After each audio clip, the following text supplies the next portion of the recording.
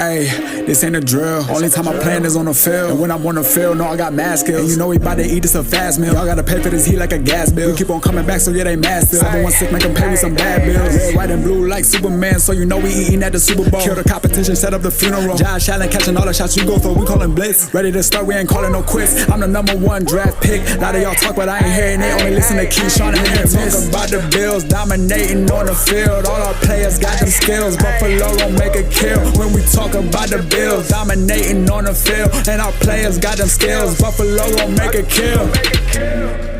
What's going on? What it is, what it do? Welcome back to the Post Podium Podcast, live here on the post game show. We're gonna be looking at the recap from the Bills win over the New England Patriots. But first and foremost, this is the home of the all truth, no sodium takes, baby. And I'm your co-host, Aramis. It's Keith. And we missing somebody. We missing the third part of ourselves. What's up with this? Yeah, It's okay because you got your producer, You the fourth part. My man Hux, aka Melly Mac.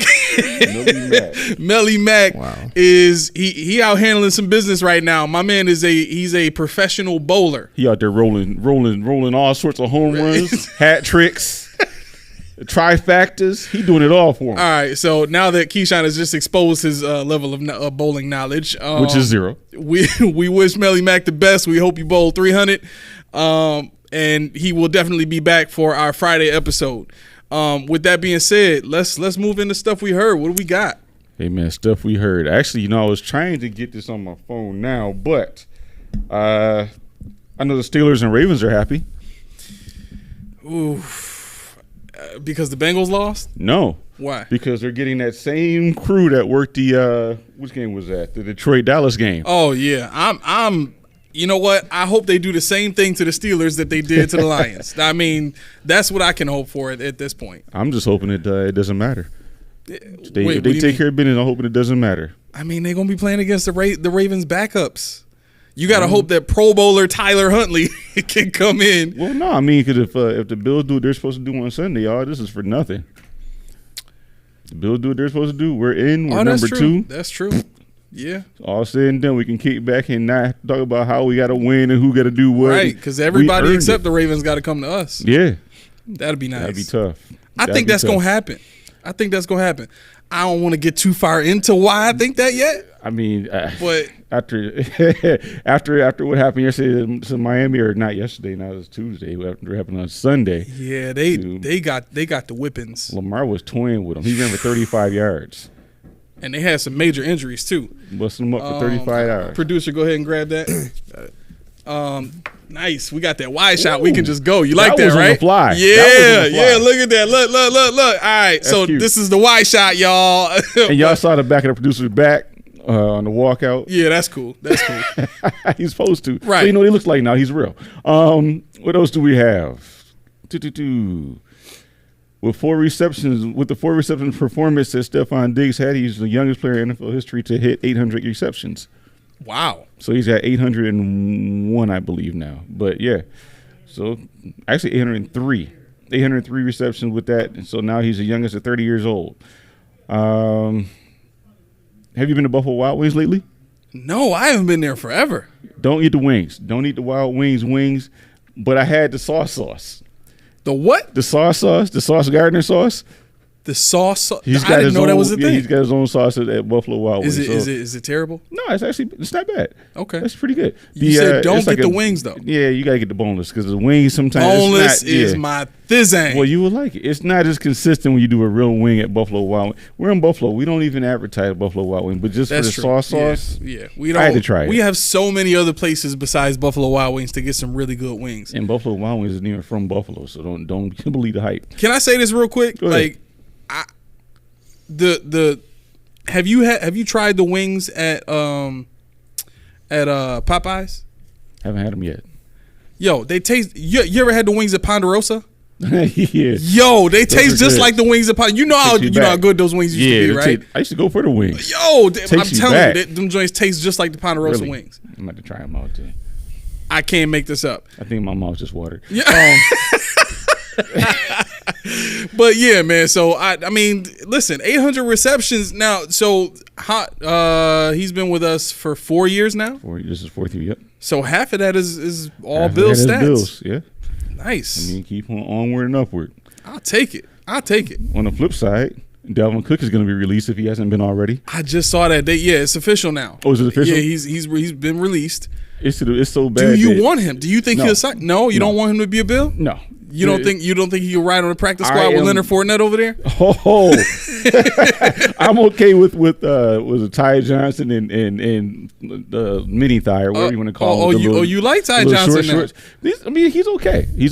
I mean, he's not a revelation like some people talk about him, but but I mean, he's solid, you know. Yeah. But no, Dalvin Cook he can go to Miami or wherever he wants to go now, because man, if he goes to Miami, that would suck.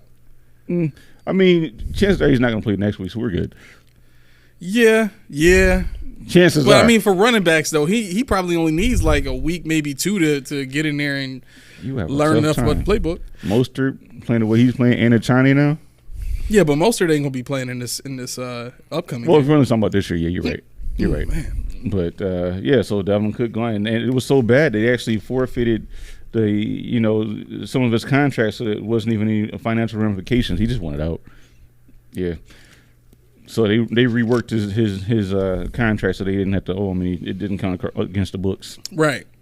So he let him out of their obligations. They let him out of his. That was quick. Let's just go. That was quick. Wow. And I didn't know you could do that. Yeah. And Sean McDermott did not allow the Ravens score to be on the board. I did hear that. Did you see what he said in his press conference after the game? No, I didn't. It was actually funny because really? I think it might have been Tim Graham asked him. He said because he said what went into the score not being on the scoreboard, and he said as an organization we decided that it was probably for the best that we didn't want our guys to see that, we wanted to just focus on what we had to focus on. He was like, so Tim Graham follows up like, so when you say we, you mean you? Or McDermott starts laughing. He's like, yeah. I mean, he said this coaching staff and me, Yeah. Real quick, he had a good laugh about it though. Real quick, go ahead. It's not just me. Locked Rain said the Popeye wings is bomb, so you have to try them. She said that? She said that. So you know they good. Yeah, because she gives nothing any credit. Right. She gives nothing any credit. She tough no, like that? She gives nothing any credit. Sound like somebody else I know. Well, she's a cook. She likes to cook, so Well, that's why I was saying that. Like, yeah. if she cook like you say she can, and she think the Popeye wings is good, it's got to be good. Yeah, so, that's what I'm saying. You got to get your buying up. She stamped it. I'm going to it now. I got to go to Popeyes. Got to. All right. Let's see. Anything else in the stuff we heard? I do not have anything stuff we heard. Okay. So we're good. All right. So. Do you want to go into the front five? Do you want to hit some analysis stuff first? I had some questions for you too. You got some questions? I had a question. I had like two questions. I'm excited. So I got to reword it a little bit because Mel ain't here. But yeah, let's do it. Okay. All right. Go ahead. So at this point in time, is Rasul Douglas a better cornerback than Trey White? Yes. Yes. Stamp it. It's done. Okay. That's it. Well, hey, I mean, I guess we won't go any further than that. So you know what? I thought he was when I watched the game on Sunday, but then I looked at their stats comparably, and Trey was actually a little better. He was actually a little better stats-wise, but for what Rasul Douglas did on the field on Sunday, I mean, you don't see that kind of ball hawk. No. You don't see that kind of – I mean, he was all over the place. He was playing out of his mind. I mean, the defense played out of their mind. So, I mean, kudos to them. And the other question I had for you, what's the cause of the offensive stupor? That was actually one of my questions. Okay, we'll answer it together. Yeah, so, okay, I'm going to take a shot at this now. Mm-hmm. I think it has a lot to do with the scheme that's in place, to be honest. I think that Brady has done a very, very, very good job at taking what Ken Dorsey was trying to do this year and modifying it to be more effective in its approach, right?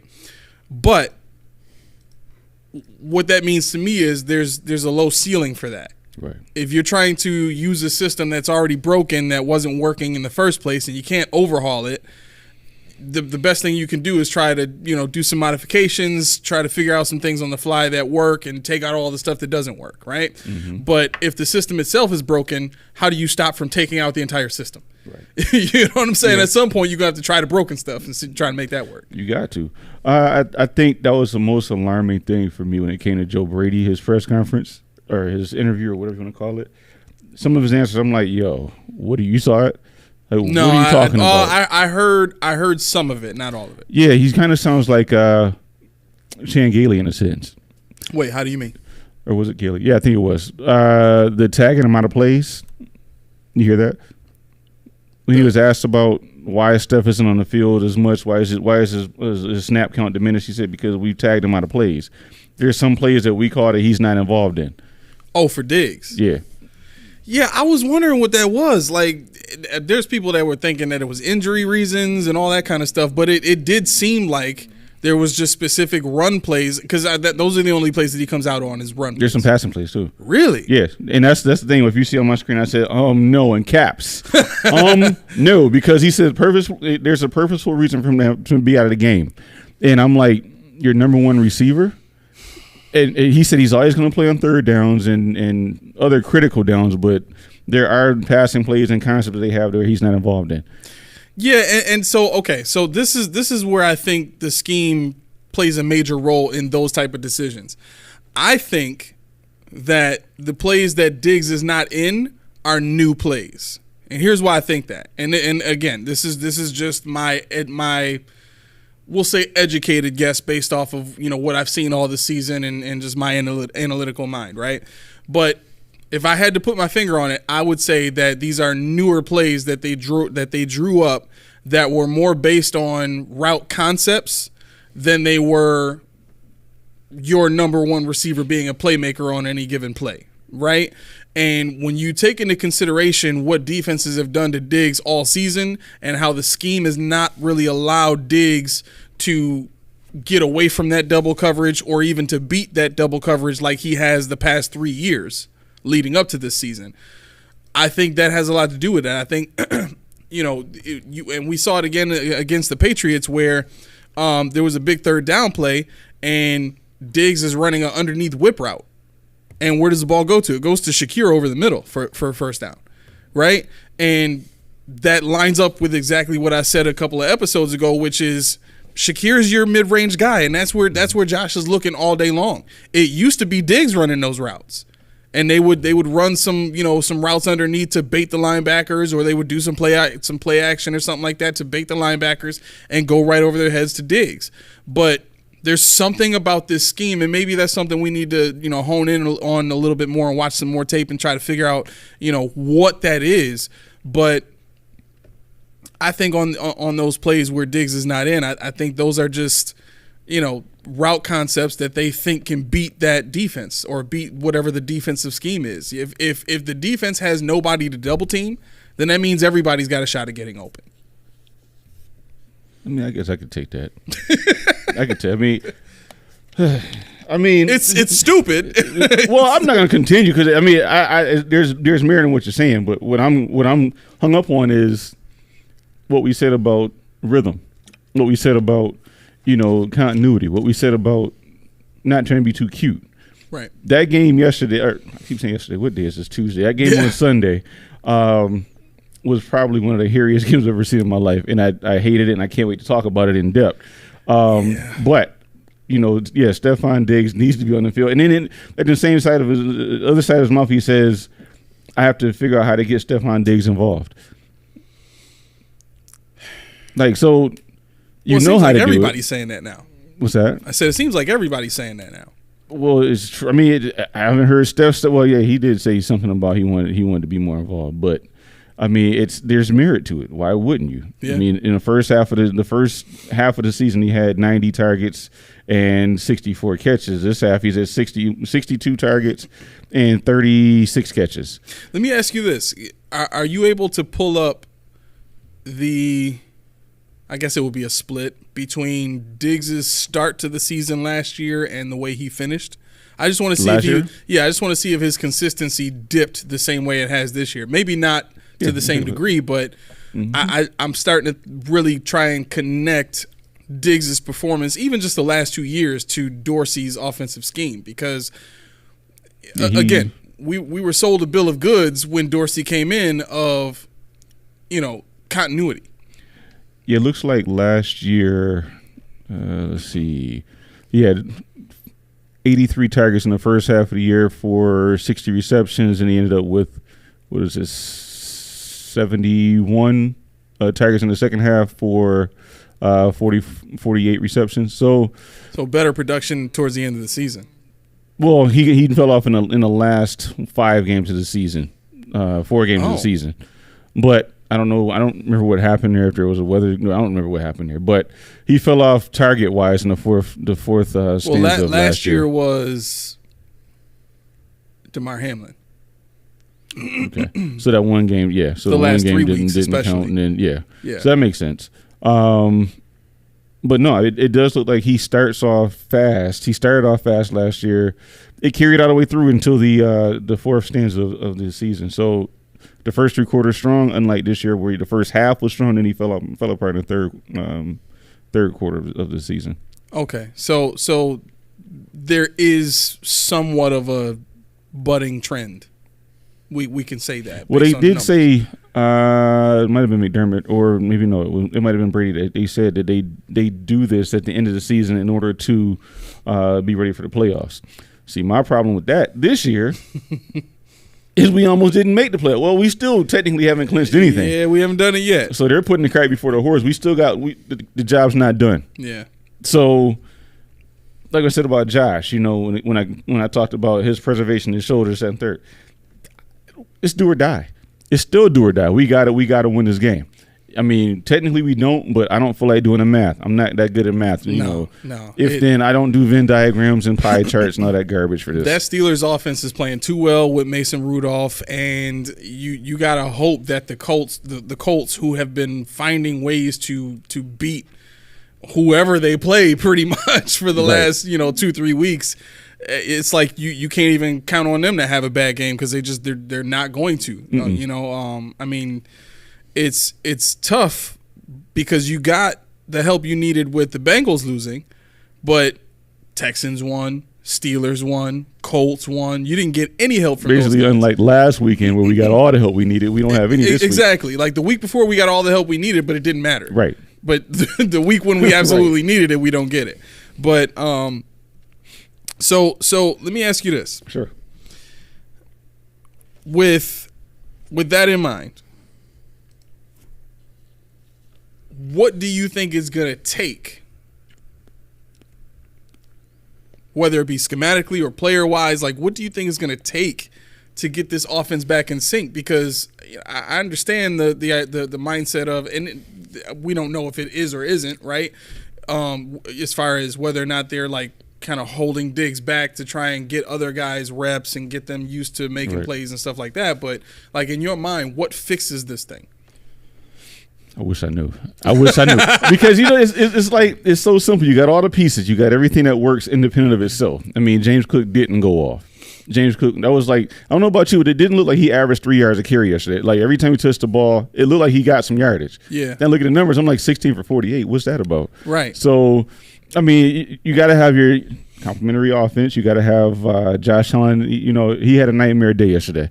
He even said it. It just wasn't happening. He said the ball wasn't coming out right. It wasn't spent. Yeah. Nothing was going my way. I think he was seeing ghosts, man. I mean, after you both your guards get beat as many times as they did, and they were on blitzes. I get it. It was those were designed attacks at those positions, and Belichick is going to be exposing offensive lines for years to come, wherever he decides to go. But man, I have to say, if you had even a little bit better offensive line, you're running the ball for more than 3 yards a carry, and you're holding up just a little bit longer for your quarterback to be able to push off of his back foot and put some extra spin on them balls to get them where they need to get. Yeah. Honestly, I think yesterday I'm just going to chalk it up to Josh not having a good day. Everybody's entitled to having an off day, and I think yesterday was that day. I do think they underestimated the Patriots. I think they looked past them to the next week, and I think that's one of the reasons why McDermott didn't have the game up on the board. I mean, to see 56 to 19 or whatever it was. Yeah. You see that the whole stadium, the whole feeling of the stadium's going to change. You know, they're going to be cheering, and every time somebody cheering here and that, and you don't want that to happen. So I agree that they shouldn't have had it up on the scoreboard, especially when it turned out to be a blowout the way it was. Right. Because then you're further overlooking, which it shows Bailey Zappi should not have been in that game. No. He should not have been even. The whole game should have been like the first quarter, basically, where every single drive that they take is a turnover. Yeah. That's what it should have been like. Oh, their first half was a nightmare. But no, I think yesterday was Monday. Well, actually, this was a Monday show. Okay. Sunday was the defensive game, but we need our offense to show up again. And like I said, when me, you, and Melly Matt were talking about what would make me the what'd you say, the stench, the funk, whatever you said, what would take that out of my mouth? Yeah, get the stench off that loss. Right. And see, for me, it's like I don't just want to win, because the way we won Sunday won't be the way we'll win any of the games this year. You know, 5 yards of passing in the first quarter, 40 yards of passing in the second, or 45 yards. We were like, what were we, 7 for 16 and for 45 yards in the first half. Mm-hmm. That's not going to get done. The doors be blown off. We had 3 turnovers. Like Millie and Matt likes to say, turnovers make the difference. We were up 13-7 with 3 turnovers. Right. Short fields, nothing to show for it. Right. Their kicker missed two open kicks. Goals, yeah. Well, one was a delay of game, but the other one he whiffed on it. He had a horrible day. But the opening kickoff set the tone. I lie to you not. When I came in, I watched. I sat down. You know, first 2 minutes of the game, nobody, you missed nothing. Mm-hmm. The ball goes in the end zone. Now you start. It's 15 minutes. I get down and they're celebrating. And I'm like, what's going on? What I miss? Right. What I missed? It was 2 minutes. Right. You know, why is it 6 points already? How much? What this game started at 12:30? But no. To answer your question, what has to change? They got to go back to what was working. It's got to be the boring game where everything's short and we get yards at the carry. We got to get Sherfield off the field. Yeah. But yeah, I think we got to get Diggs somehow involved, unless there's something we don't know, early and often. Because just like Josh, you want to start fast, you got to start fast at 14 and 17. That always equals 6. Yeah, I think if I'm gonna fix what the Bills do, I mean, it's got to be a scheme overhaul. I think one of the things we got a comment from Creed Killer. Buffalo got to win, man. We got this. Oh yeah, 100%. 100%. We have to win. You my homie, because I need to figure out what it is that I'm feeling. I'm not feeling so good about this. Like this Dolphins game. I just don't. You know what? Oh no, man. No, I think we got to talk it through. Like, you gonna Josh give me therapy. is a Dolphins killer. I know, but you gonna give me therapy because I. Listen, I guarantee. Let me finish this point real quick, and then I'm ahead. gonna tell you exactly why I think the Bills will kill the Dolphins. I can't wait. So if I'm gonna fix this offense real quick, I think schematically you have to work with what Josh does best, and you also have to work with what Josh leans on in crunch time. Right? He's always looking for that mid-level pass, right? That 10 to 20 yard pass, right? I consider deep passes to be, 20 or more, right? So if I'm looking at that, one of the things that Dayball did with I keep wanting to call Beasley Welker for some reason. Well, I don't know why. They're kind of the same, but I keep calling yesterday's game, and it was 2 days ago, so we're good. Yeah. So one of the things that we did with Beasley was responsible for getting to where the sticks are. Mm-hmm. And one of the other things that Beasley did well was he would find spots in the zone 15 yards down the field to sit, right? And that allowed Josh to go to Diggs as his first read. If he wasn't there, he had the safety valve still down the field, didn't have to look that much further in Beasley, right? And so I think schematically, the way that offense was built, it was perfect for what Josh loved to do. It was perfect for what Josh just intrinsically, designed himself to do, to think, to react, right? And so that's why you saw the boom. That's why you saw the accuracy increase. That's why you saw, Josh become Josh freaking Allen, right? And what I think has happened is because of the turnovers and because we have a defensive-minded head coach, it's turned into, well, we have to control that now. We have to do what we can to limit the exposure of the ball in those instances because we know that Josh is going to lean on looking down the field all the time. So let's create more underneath routes and force his hand. And I think this season in particular, we saw that just doesn't work. It doesn't get the job done for him. He doesn't think that way. He doesn't even look there. If you go back and look at the All-22, I haven't done that yet in entirety, but just based on what I saw in the game, he's not even looking in that 5 to 7 yard range for any underneath routes. Yeah, because Cook was open. That's what I'm saying. Cook was open. Mm-hmm. There were a few times where Diggs is open underneath. Mm-hmm. There were a few times where you had a tight end open on a couple of flare routes underneath. Like, he's just not looking at that stuff.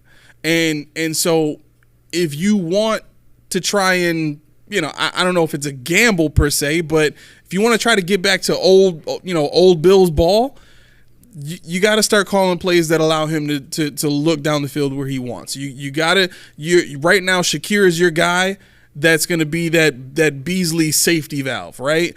Get Diggs running those deeper passes. Take that double coverage just out of the play entirely. Because keeping Diggs underneath for the sake of keeping the double coverage away from those deeper routes, like who else are you throwing too deep? You only throw to Davis deep when he's 1-on-1. And for some reason, every time you throw to Diggs deep, he's double covered. Right. And you still keep throwing it, right? So, I mean, to me, that's what fixes the offense is you got to get away from trying to force his hand underneath. Yeah, I think I'm scared to say let Josh be Josh after yesterday because he had some blunders. You look at the first drop back fumble. Then that second fumble he had where I don't even know what he was. Yeah, it looked like he was trying to throw it away at the last minute. He's like then he spins around, he holds it away. I'm like, what are you doing? No, no, he did that twice actually. Then, well, no, the first you talking about the Shakir play, where he flipped it to Shakir out of the blitz? No. No, there was one where it looked like he was about to try and throw it away. And he didn't let it go, and he got tackled, right? But his hand was like out here with the ball, and he had like two guys, tackling him.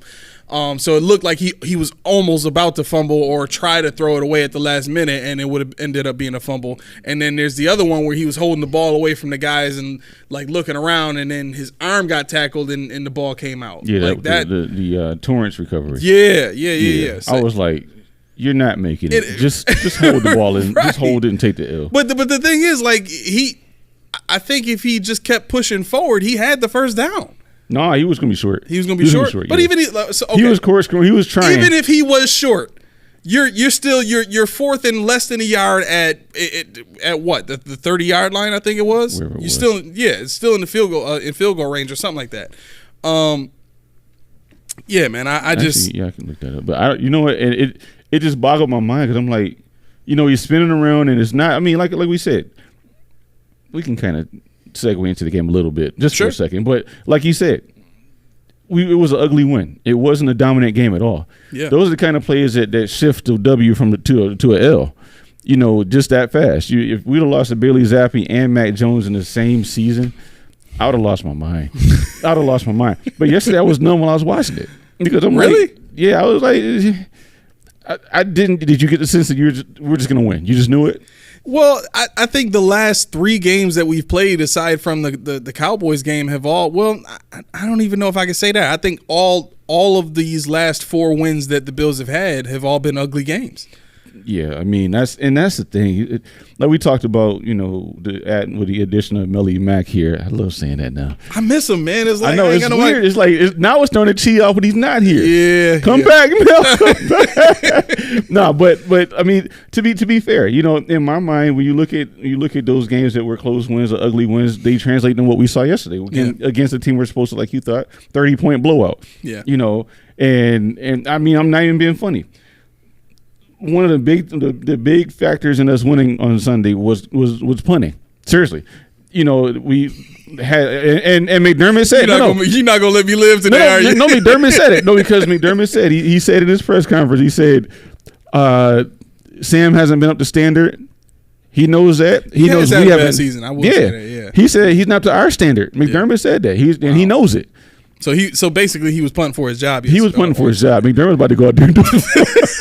I mean, one punt return for 2 yards. That's pretty good. 3 down inside the 10. Yeah. I mean, he was punting like a real punter on Sunday. So I mean, but see, the thing like that is when I said it, I meant as a part of a dominant game. Like even if they made them punt, not that the punt was going to keep us out of way of harm. Mm-hmm. I didn't want to win the game based on field position. I wanted to pound it down their throats. Yeah, I mean, the defense did whatever you wanted the first quarter, the first half, the third quarter, the second half. Right. It fell apart a little bit at the end, but that's to be expected because they were on the field, blitzing their butts off. I think 38% blitz for the game on Sunday. But the thing is, why did it have to be so hard? Why did it have to be so hard? Well, and I said this in the last episode too. Belichick needed some time to build a defense that could defend Josh Allen. He needed a faster defense, right? But he also still wanted to play his normal system, so he just needed to find better players, right? Mm-hmm. And I think he did that last year when the Patriots had much better numbers, right? They were still a dominant. They've still been a pretty good defense. I think they're like top 15 or something like that in stats. But both games this season, I think, have been an indicator that Belichick has been ready for Josh since last year, and even in those games last year, they played Josh pretty tough. So I didn't. And this is one of the reasons at the beginning of the season why I said you need to watch out for the Patriots because now Bill's got the players.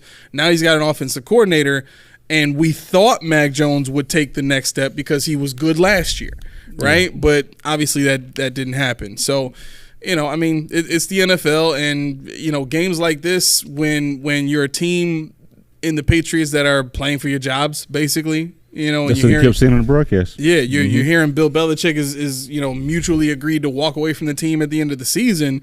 Listen, if I'm part of that Patriots defense, and I know I'm in a contract year or something like that, and we've been playing good and we've been stopping teams, man. Listen, I'm trying to get paid. Right. I don't want to have to worry about going to another team and earning it there too. Like, nah, Bill, we got your back, man. Just stay, just stay. You know what I'm saying? So I think that had a lot to do with it. But you're right. You're right. I did find that play was that fumble I was talking about was 7 minutes 38 seconds into the fourth quarter on our own 45-yard line. So he fumbled it on our own. So that's the thing. Like you gotta be cognizant of where you are in the situation. We're up 6, we need a full touchdown. So those are the kind of things you got to clean up. But like I said, Josh knew that he just wasn't with it. He said he just didn't have it. But yeah, you're right. When you're playing against a team that has nothing to lose. I mean, the advent of Jalen Reagor, who's been widely known as a bust. Who had what was one of the best catches of the game against Benford. I mean, there was nothing he could do on that play. Zappi just dropped it right into a bucket. He dropped that thing right in there. Let me ask you this. Mm-hmm. You're the head coach of the Buffalo Bills. Mm-hmm. How do you get your team juiced up to go out and play a bad team? Because we've seen this now all season long. Up and down, up and down. I said, everybody's talking about the Bills roller coaster, the Josh Allen roller coaster. They've also said now, just flat out, the Bills play to the level of their competition. Mm-hmm. As a head coach, how do you get your team out of that? I think that's why McDermott did what he did in terms of taking the score off the board. He wanted to instill more focus. He identifies a lapse in focus, and that's kind of what I don't know if I would care so much about the score, which I probably should. Not the Bills game, but the Ravens game, for instance. But, for instance, that's the juice you need if you guys want to play for the postseason, which you all seem to want to do. There's a certain process. There's a certain SOP that you got to follow in order to get to where you want to get to and not lose in the first round again. Right. Not losing the second round again. We're all professionals, and we want to beat up on this team. Nobody on that team, I don't care what they say, 20 years, they don't care about what Bill Belichick did to Buffalo. They weren't Buffalo fans. They had no care in the world what was going on in the AFC East for the most part. Right. Most of them being Miami guys and Texas people and stuff like that.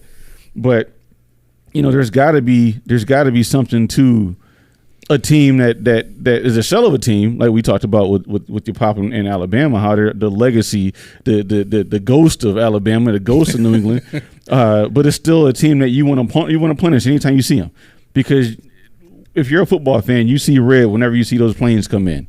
You know, I can tell you, I've seen the Patriots planes. They got the trophies on the back. They're gaudy. If you want to do something that pisses the team off, take those Super Bowl trophies down in the field house and say, look at the planes. This is what they rub in our face when they land at our airport. No, these guys are coming up here. They got an air about them because this is their Jerry Bob Kraft is he's instilling this culture in them that they're better than us. Right.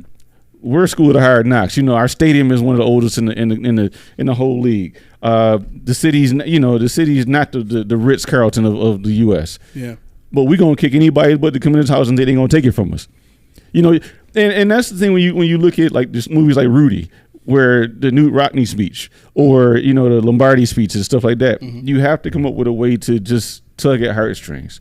You know, they show the post game speech when all right guys, bring it in, great win, but it's there's no emotion. I know it's tough. I think especially after the Tyler Dunn report came out. I mean, I don't think Sean is doing any more speeches anytime soon. I think it's more so just great job guys. Here's a game ball. All right, game ball. All right, we got tomorrow off. Good job. But I mean, it's the thing. Like you just have to be juiced up because for me, if Tyler Dunn's report comes out and the team says they rock with you, the team knows how you are, you're controversial. It's sports.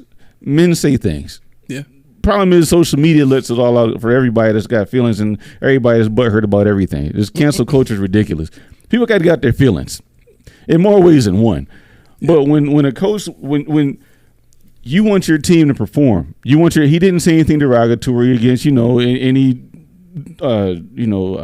sect of people, which that is the easiest way to get canceled, culture canceled now. But yeah, he used some wording that we've heard as we played high school and some college sports. We've heard worse. Right. We knew what it meant, but the thing is, it doesn't matter because we're not paying a salary. We're paying for the team if they win. So if you're a fan of this team, whatever it takes for them to win, short of abuse, short of physical abuse, whatever it takes for them to win, you should be behind. Right. Because you want.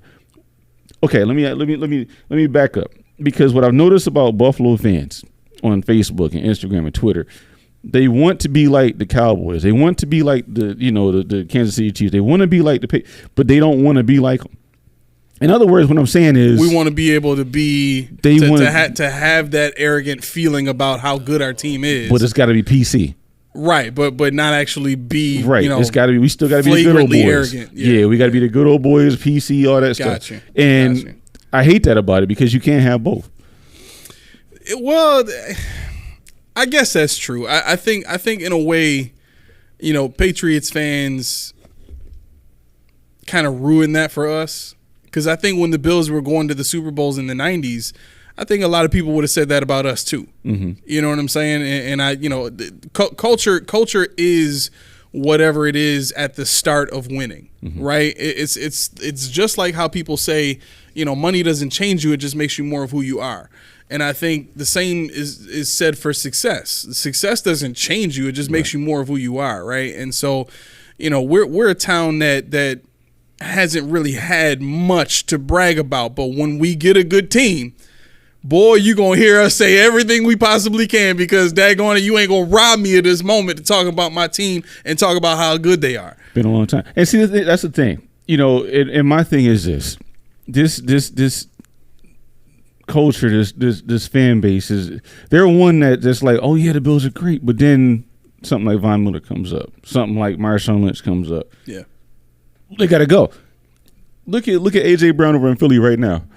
I mean, right now there's. I just saw. I didn't read it, but there's an article about how he's got this one man standoff against the team. He's a major distraction right now. But I bet he plays on Sunday or whenever they play. When you look at Mahomes in Kansas City, look at what was his brother got in trouble. And Mahomes' brother? Yeah, remember he got in whatever sexual assault or whatever it was. I didn't. Yeah, this was a year or so ago. Oh, wow. But the thing is, what I'm getting at with that is these fan bases, they can differentiate the guys on the field, which is the product that you're paying for, from people like you and I. Because if our lives were put on blast, I'm sure everybody that has something to say about these guys is not pristine. Right. But the problem is, the only caveat to that is you can hide yours, where everybody's in their social media. I ain't got that. I mean, I got a lot of followers on Facebook, but I ain't got the millions that these guys have. That's true. So you got to have it one way or another. But yeah. All right, next question. Yes, sir. Who's the most trusted player on the offense right now? Not named Josh. I'll just say not named. I wouldn't even. You wouldn't even put Josh in the trusted category. And that wasn't even a given. The most. See, Junior, cover your ears. The reason why I don't add Josh is because of, like I said, on our own 45-yard line, where he's doing this whirling dervish nonsense, putting the ball in Herman's way. Right. Against the Chiefs, against somebody, that's going to come up to bite you. That's going to kill you against the Ravens or somebody like that. But in that game, in that instance, of course, you look at, I have it up here, the Patriots drives. They started off with interception, punt, interception, fumble, punt, interception. Finally scored a touchdown in the second quarter. Finally did it. But I think, let me go through it in my head. Stephon Diggs. I can't say. So James Cook, I can't say. The offensive line. I mean, Joe Marino, he had glaring things to say about, a good way to say about the two tackles. I mean, Spencer Brown's been really good this year, especially when he's by himself. But Deion Dawkins somehow is one of the top-ranked tackles. But I just don't see where I can feel secure with him out there. Right. Dawson Knox, no. I mean, I guess if I had to pick one, you did this on purpose. Who is the most? Yes. Camera 5. Okay. If you guys had to choose, help me out. Put in the comments. Who would you think is the most trustworthy Bill on this offense? Yeah, I want to see this. I want to see this too. He put me on the spot. I'm putting you on the spot.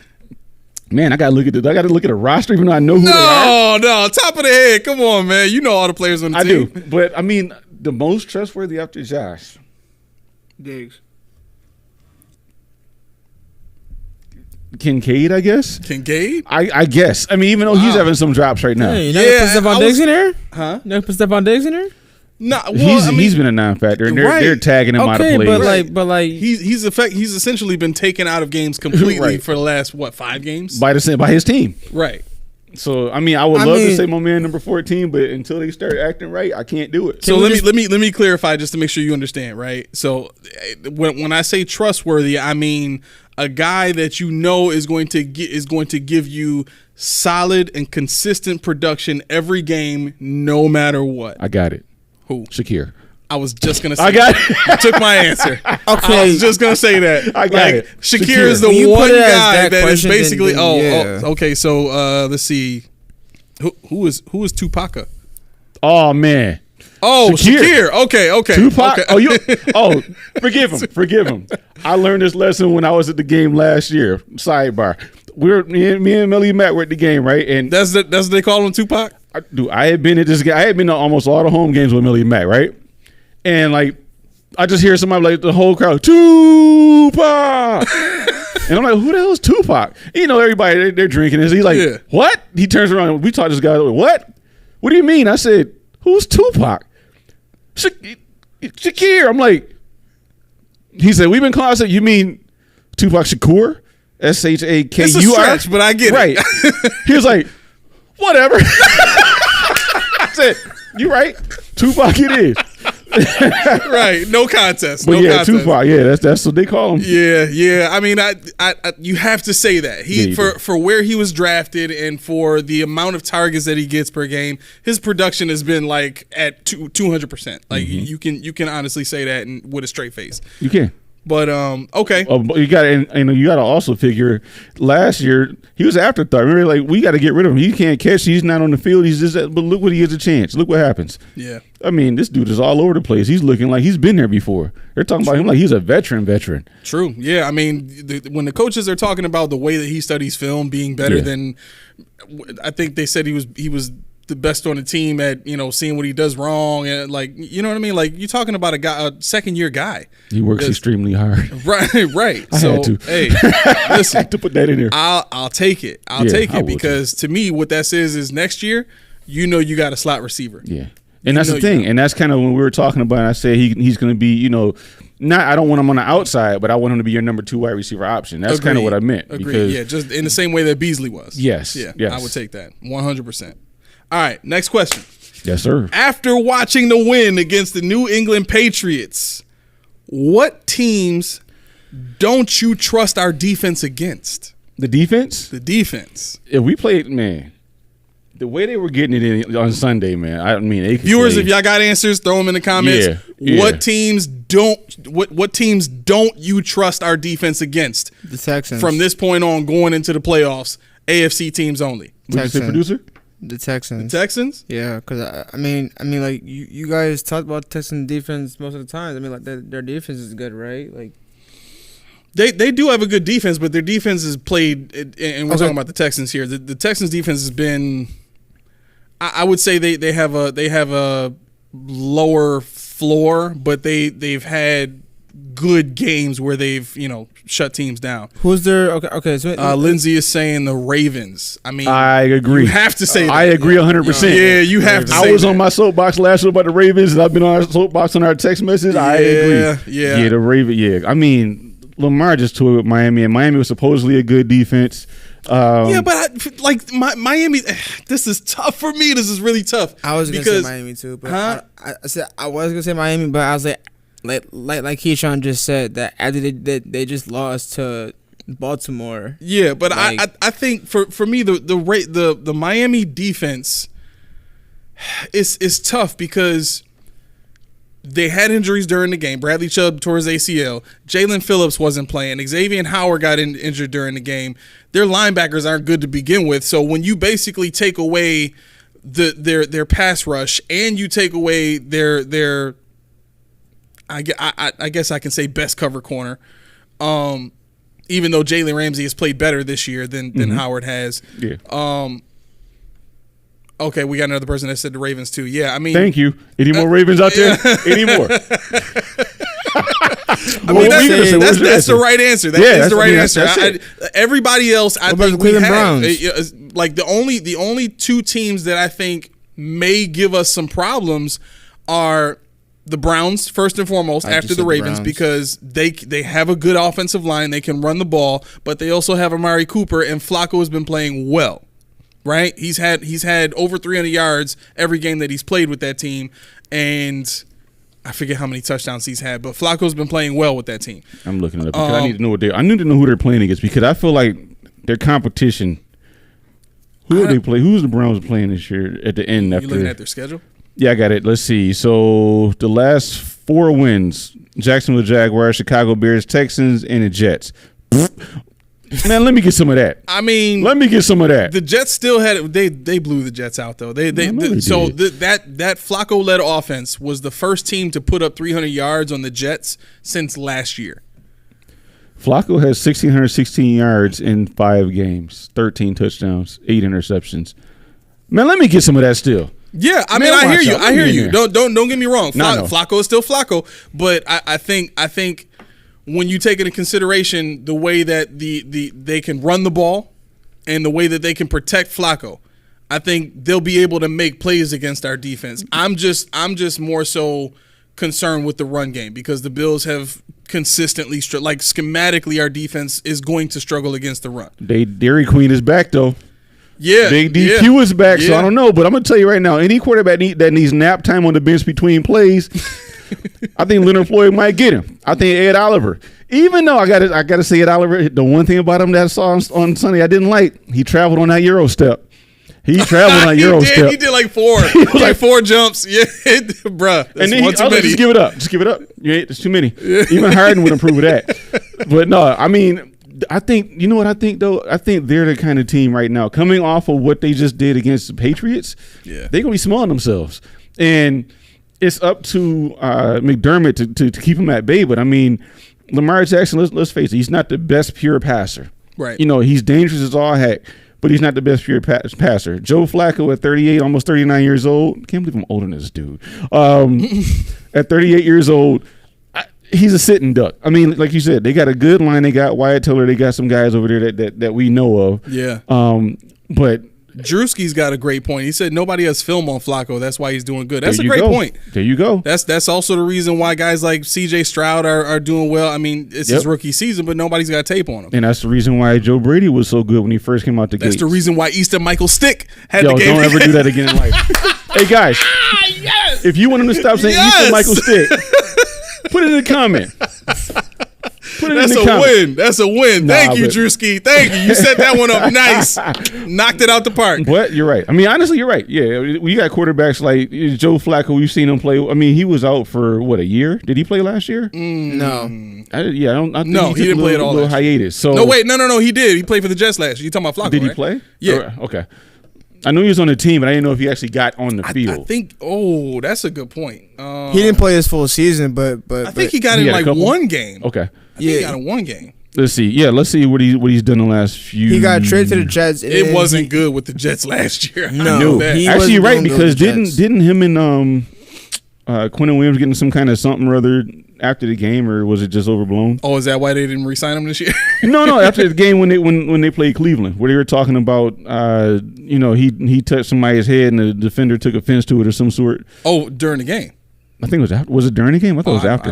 I didn't watch the entire. Yeah, I thought it was after, but I could be wrong. I don't know. Once they scored like they had Flacco had like the tight end had like 100-something yards in the first quarter, and Flacco by halftime had almost 300 yards. You turn it off. Yeah, I'm like, no, this ain't going good. I'm good on that one. Yeah, Flacco played 3 games last year. Yeah, because he only played Flacco didn't play that many games last season, because we haven't heard much about Flacco at all last season. So he played how many? He played 3 games. In his first game last year, he actually went 37-59 for 309 yards. That's a lot of completions, but there's no yardage there, considerably speaking. Especially when you only have 1 touchdown and 1 interception. Right. Like 3 sacks, sitting duck. Man, count it. Man, let me get some of them Browns. Give me that. Yeah, I mean, like I think that's the point that we're trying to bring out too. Is with DQ back. I mean, nobody expected Terrell Bernard to be where he's at. Nobody expected Dodson to be where he's at. Look, can I just say something about Dodson, man? No, I'm sure you're going to. No, you're right. Can I just say how wrong I was in the beginning of this show?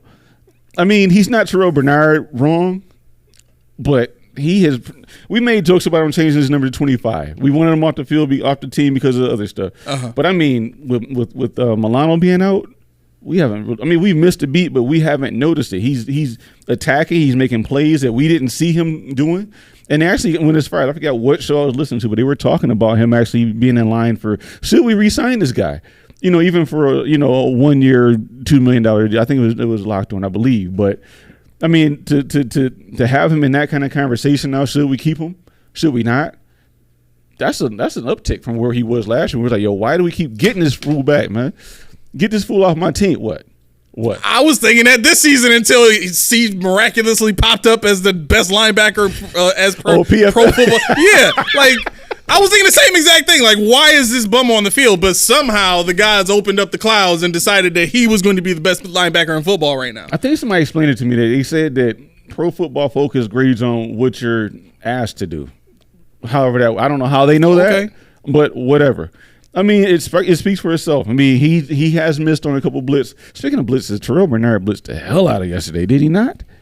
I mean, it seemed like he was blitzing all the time. Yeah, really quick. We got another comment from Lindsay. She said Bill's offense needs to first and foremost need to bench Sherfield and put Isabella in as another potential weapon, especially in the slot.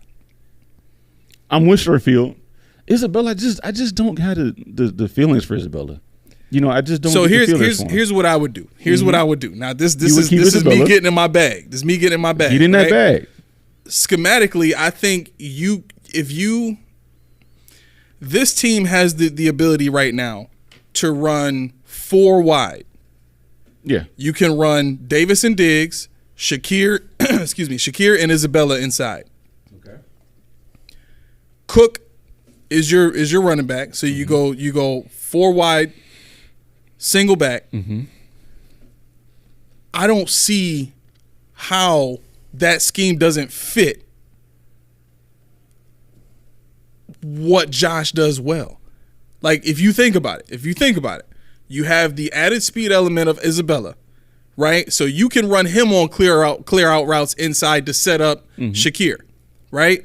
In the same way that on the opposite side of where Isabella is lined up, you got Davis that can run clear out routes, right? So you can effectively swap out because Isabella's played outside before too. So you could swap Isabella with Diggs, right?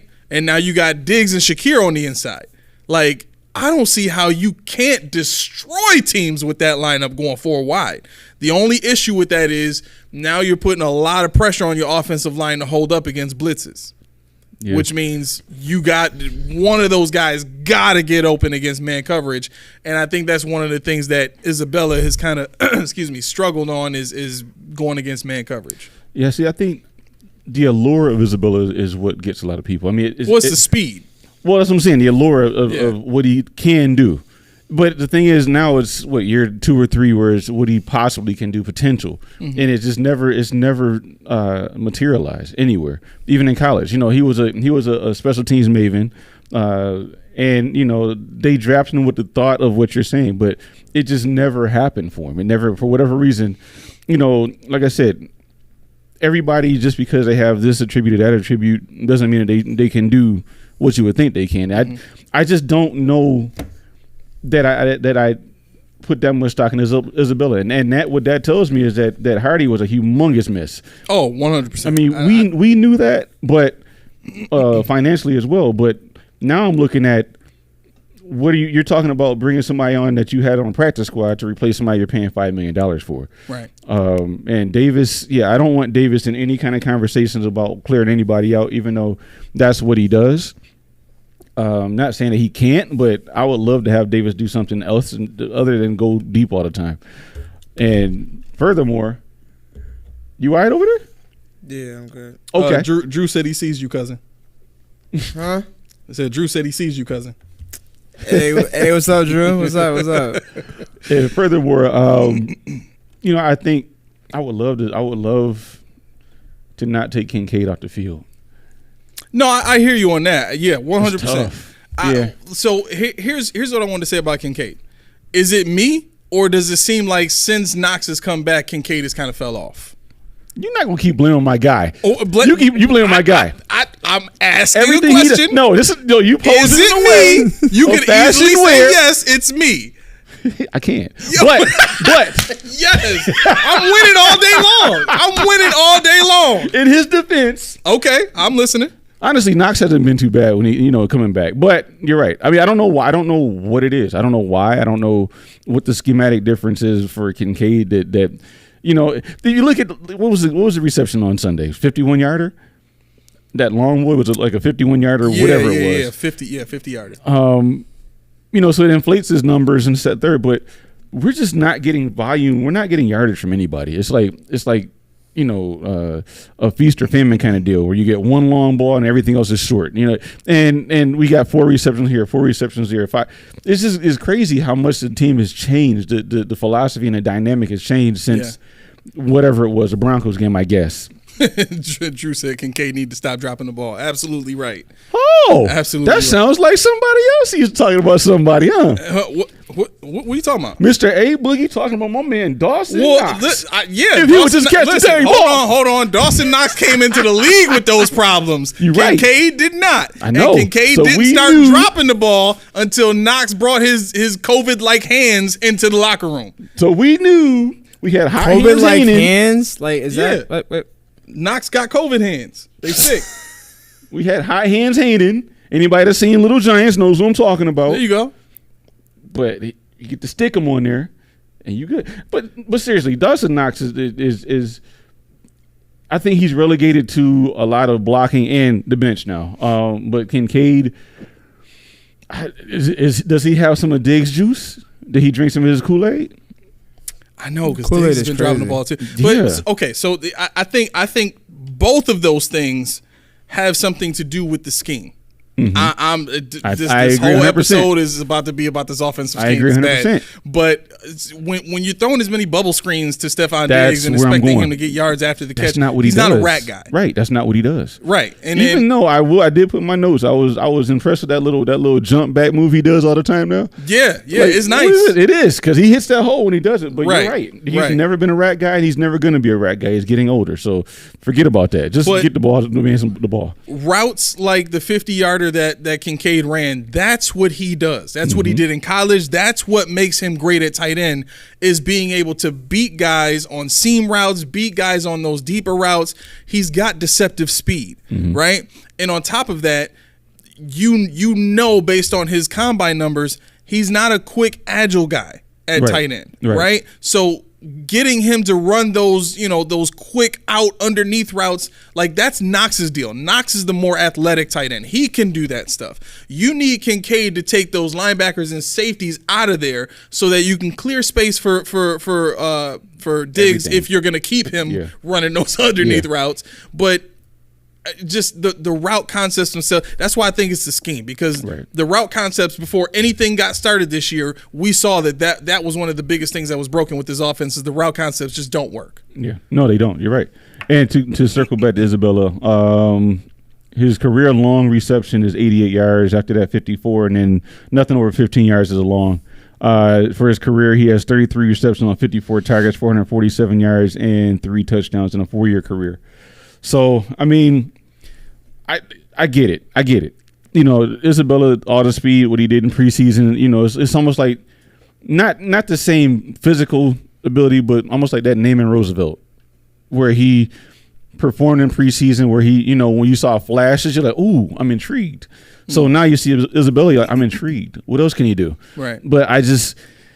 With the wide receivers that we have, with the I shouldn't even say it because we just talked about how bad the scheme is for certain players, but with the philosophy that we have, I get it, but I don't know how many teams are gonna, especially at this point in the season, are gonna fall for what it is, especially Agreed. Yeah, Drewski sends a message in. He said the scheme messed up when Knox got hurt. We were supposed to run that 12 personnel, 2 tight ends, 1 back. Yeah, that's true. I don't think that would have worked the entire season anyway. No. The way that it was going, it just, if you kind of put Josh in a box that made him completely uncomfortable, made him hate football. You could see it all on his face. But it was working. The thing about the 12 personnel, you have to be real creative. You have to be really creative because it could work. But you got to do a whole bunch of crazy stuff out of it. Right. It's more designed for West Coast offense. It's more designed for a lot of the stuff that Kyle Shanahan does. Like his offenses, you can run that 12 out of easily. Right. But, all right, question. Yes, sir. And this will be my last one. I don't care. Dang. Ask away. I like questions. Ask away. Okay. What is, and I'm asking the viewers too, if you can think of one. What is one roster move that you would make this year that would have allowed the Bills to start off the season on fire like they did in 2020 after seeing how the season has played out so far? So knowing how the season has played out, right? Knowing how everything has happened, knowing what all the issues are, knowing what we've discussed even just now in this episode. What is one roster move that you would have made before the season started that you think would solve all these issues? It can be coaches too. No, that's what you mean. No, I'm not. I don't want to. I'm not taking it there. I've been trying so hard to keep this conversation away from Sean. You've been doing so good. You've been doing so good. Actually, you know what? And cyber on that, Sean. Let me look at my notes because there was something I wanted to mention. Somebody asked Sean McDermott about the long handshake with Bill Belichick. Like, you had a nice handshake and this, that, and third. This happened before. This was asked to him before about what he said to Bill Belichick, or what Bill Belichick said. That he's like, and he said, I respectfully wouldn't like to answer that, or I wouldn't want to talk about that. We'll leave that between me and him. This time he actually gave some sort of an answer. Really? Yeah, it was crazy because it wasn't like, it wasn't a thought-provoking answer. It wasn't something where, he gave you the whole intel, but he gave you something. He hasn't, to this day, said, I like to keep it in house. I'm not answering that, or some derivative of that. Since the whole report came out, I don't know what happened. But fans, you listen to the press conference. Help me out, because I was hoping you watched it, but you said you didn't. McDermott made allusion to having a bald head and taking his cap off and to tell you he's bald. Can somebody explain to me what he was talking about? Because is that what he said? Like, yeah, he was like, it was something mumbled, and then he's like, okay, we're gonna full disclosure. Okay, well, that's like me having I take my hat off so you got a bald head. I'm like, what are you talking about? So yeah, he's like, I don't take my hat off to show you I'm bald, and I'm like, what? I didn't get it. I mean, I guess the inference is trust what he's saying. Like, if he's telling you that he's bald, he shouldn't have to lift up his hat in order for you to see that he's bald. I guess so, but in my mind, I was like, what? Like, literally, I rewound it. That's stupid. It was. Yeah. I can't hear that well. So when I'm listening to it, I'm like, the hell is he talking about? What is this guy talking about? But I mean, the press conference was about 10 minutes. It was a good press conference. Okay. But to answer your question, it would definitely be the number 2 receiver. I would in a heartbeat find a number 2 receiver that could have helped. And no, I'm not talking about OBJ. I'm not talking about DeAndre Hopkins. I mean, there's got to be somebody out there who I can't think of. I mean, even Noah Brown or somebody like that who became a revelation this year. For being in the league 5 years already or whatever it was, $2.6 million. That would have been a nice pickup. When I'm thinking about what we're running, because we run, we just need somebody with hands on the other side that can pose a threat and not disappear for games on end. What about Devontae Adams? Isn't he like? No, he was up for trade. Well, yeah, he was up for trade, but that price tag, you know how I go.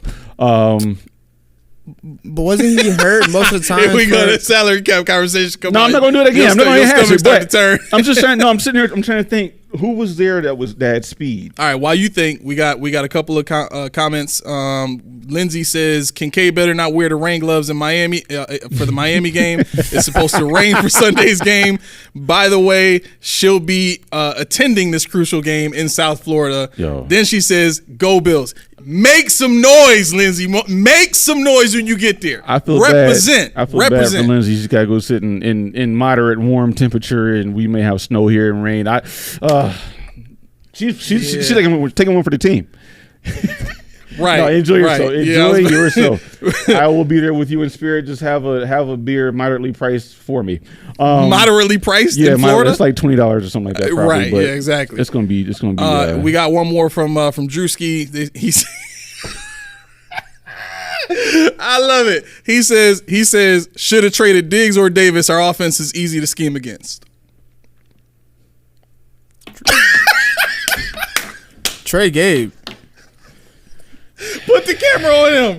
Put the camera on his face. I want every second of this. It's glorious. I love it. Trade Diggs or Davis.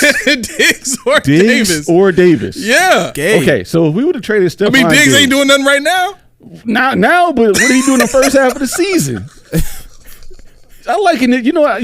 I liken this to when I used to be on the phones at my job. When I used to be on the phones, I knew. And I don't care who watched it, because you guys who were my bosses for context, Keyshawn, he hates anytime anybody brings up to talk about trading Diggs. That's the reason for the whatever 1,200 yards. He knew he had to do it in the first half of the season, so now he's on coach. Yes, trade him. He got to go. What?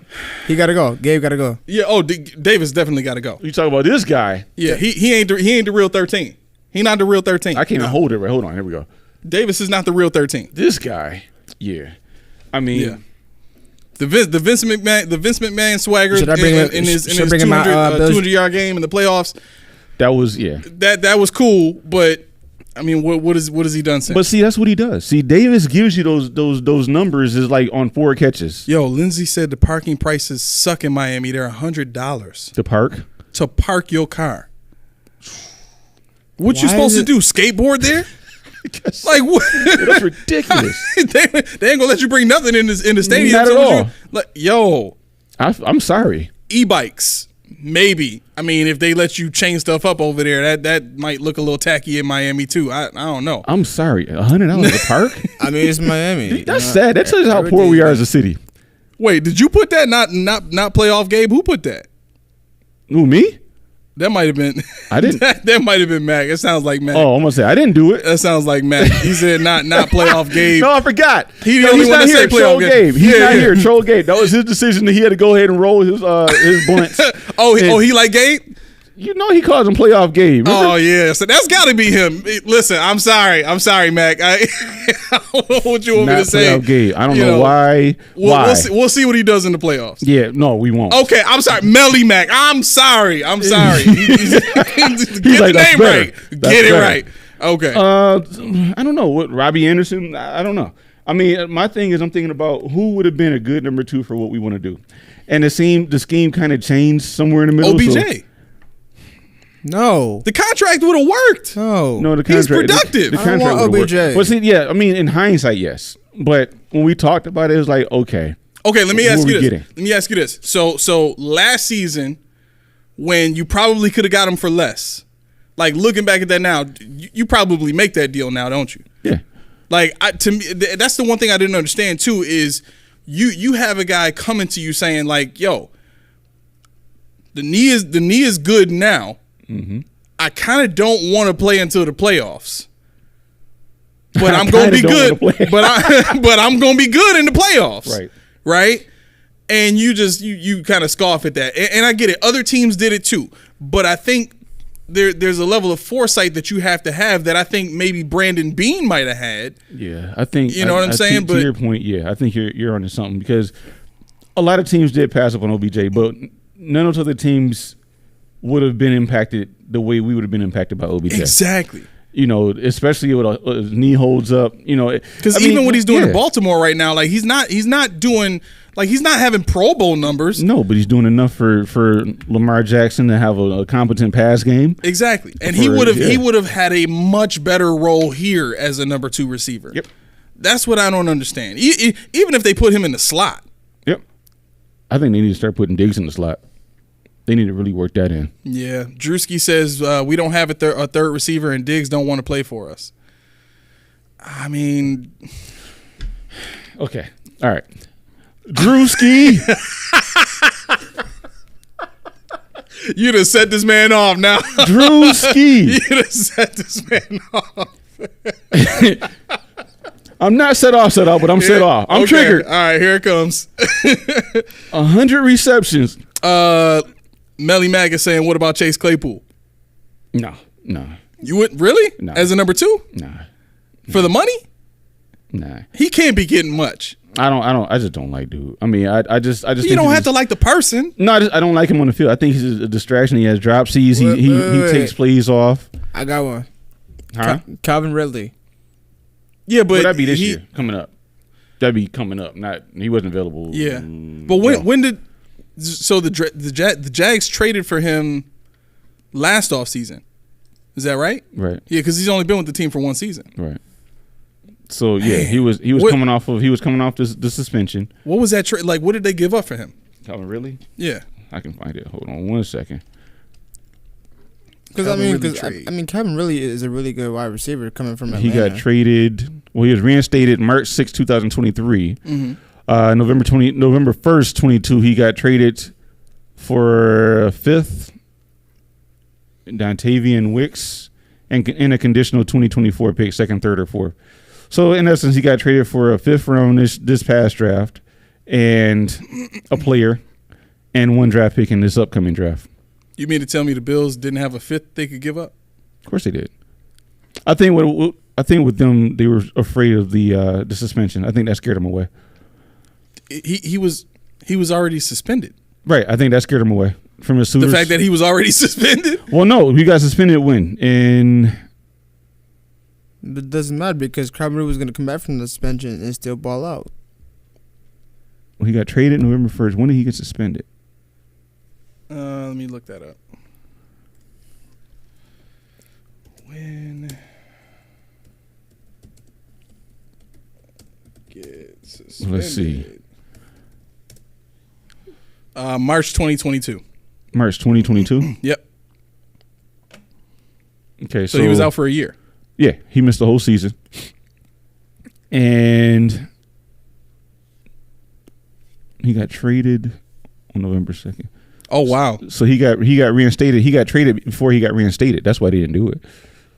They traded for him before he got reinstated? Yeah, they traded him on November 1st, 2022, and he got reinstated February 13th, 23. But okay, so here's my thing. Actually, before I make my point, Lindsay says she lives in Fort Myers, Florida area. There's 30 of us. There's 30 of us Bills fans in my area that are going to the game. All right, Lindsay, are y'all all going together, or these are just 30 people you know? Like that's deep. They got to take a Sprinter. Like you, you got to take a Sprinter. They got to get a rider truck when they got to rent one of them 18 wheelers. Just pack everybody in the back. Everybody on in there. Bills Mafia will overtake Dolphins fans. Yeah, I don't doubt it. I think for the last 2-3 years, that's something we've been very, very good at. Please make some noise when y'all up there. But let me know. Are y'all all like going to the game together, or are these just people that you talk to that you know are going up to the game? But and where are you guys sitting? So my thing with the Calvin Ridley trade is you have a team that investigates and looks into things when it comes to players' backgrounds or legal issues regarding players and stuff like that. What due diligence did the Jaguars do that? Okay, Lindsay says they're taking separate cars. Okay. Ooh. I mean, at $100 parking too, like that's a lot. That's a lot. Carpool. Wow, 4 people with $25 a pop. Let's go. Yeah, that's man, y'all, man, that's a lot. Okay. What due diligence did the Jaguars do that no other team did that allowed the Jaguars to say, let's go trade for Calvin Ridley? You know what I'm saying? Like, when this trade happened, you didn't really hear a whole lot about other teams' interest in trading for Calvin Ridley. It's just something that the Jaguars, because of Doug Peterson's, Doug Peterson has always been an aggressive guy when it comes to making things happen. Well, I think what it was is they didn't know when he was going to be reinstated, so they traded for him. But most teams were scared away by the fact they didn't have a end date. Mm-hmm. It was almost indefinite at the time. So I think the Bills were thinking, we're not going to invest all this capital into a guy that we don't know if he's even going to play for us ever. But it's a 5th round pick. I know, but and the other thing too, like the conditional side of it, 2nd, 3rd, or 4th round pick in the following year, mm-hmm. I'm sure a lot of that has to do with what Ridley's stats are when he's reinstated. Sure. And here's the other thing too. I mean, the Falcons had to have been able to get some kind of word as to what the league was thinking about in terms of when Ridley was going to be able to come back. You know what I'm saying? Like, you don't make that phone call to the Falcons, and you don't say to them like, look, what are you looking for this guy? What are you thinking in terms of when he's going to be able to come back? They gotta have some idea. I don't know. I'll just state my point. I feel like, oh boy, I feel like this is one of those moves where here it comes. You may have been a little too cautious. Oh, okay, I'll take that. You may have been a little too cautious, and I think this falls into line with, the decision to not sign OBJ and the decision to not sign DeAndre Hopkins. Again, I think we're going to win this game. I don't want to sit here and pound on the team for not making these decisions, but this is all based on the question of asking what could we, what one roster move would we make in order to change the way that things have gone this season? And it's just to try and take a look into, I was just going to say real quick to answer your question. 5th-year option, exercise guarantee likely to void per his February 22 suspension for gambling. The trade conditions, 4th-round pick conveys to a 3rd with 60% snaps or 75 receptions or 1,000 receiving yards. His pick conveys to a 2nd rounder if an in-season extension is signed. Wow. I mean, based on where they are now, you think they're giving up that 2nd round pick? What do you do? What's he done this year? Let's take a look real quick. 70. Okay, so there is 70 receptions. 910 yards. 60% snap. I don't have the number on the snaps, but 7 touchdowns. So he probably did it. That's a solid season. Yeah, he probably did it. Solid season. Yeah, he's had quarterback injury, so that explains the 900 yards. But you got to keep in mind too, for the first 4 or 5 games of the season, they had a hard time getting him the ball. They, it was almost as if they weren't really seeing him. Yeah. So, I mean, it was a solid, a solid gamble. It paid off. But, I think that they were banking on Gabe Davis being playoff Gabe. Yeah. I said it, playoff Gabe. Only problem is he wasn't in the playoffs for half the season. He's only in the playoffs for 4 games a year. Right. If you make the Super Bowl. Which means 13 only gets activated for 4 games a season. 4 games. Yeah. Practice. Lindsay says they don't have to pay for parking, which is how? You got to explain that she one, got Lindsay. the juice. You said parking was $100 and you don't have to pay. I need the juice. Everybody Spill the but tea. Lindsay. I need to know what's Lindsay going and her on. people. I'm in Lindsay's entourage. Right. I I'm can be rolling a with you bodyguard. when I'm in Florida. Right. I could be a bodyguard. I'm big enough. Trust me. I'm short and big, but I can still be a bodyguard. He's angry, I'm not though. as tall as Keyshawn. Nah, he's angry, but it's okay. He can work. We'll work it out. I'm like a Tasmanian devil. There you go. I'll get those kneecaps real quick, boy. Whatever you need, we got you. Yeah. But yeah, so I mean, did you have any more questions, or That was the last question. Answer? Okay. Yeah. I think we all were kind of in consensus. Wide receiver 2 was the answer across the board. So for me, Okay, no, for yours. me, if I had to make one roster move to change what's happened this season, I think it would have to be. And okay, bear with me. No, Everybody, bear with me. I'm about to drop a bomb. We almost made it. I'm about to drop a bomb. I would. Okay, this is hard because this kind of affects the scheme too. I would trade Knox.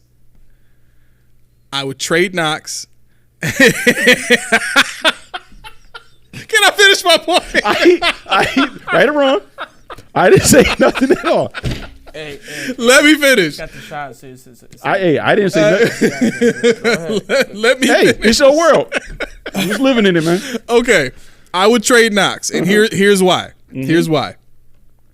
Not only do we need the cap space, but I think it would have eliminated the potential for this 12 formation foolishness if you weren't going to run a West Coast style offense. To me, the 12 formation works best when you have 3 receivers like Steph Diggs.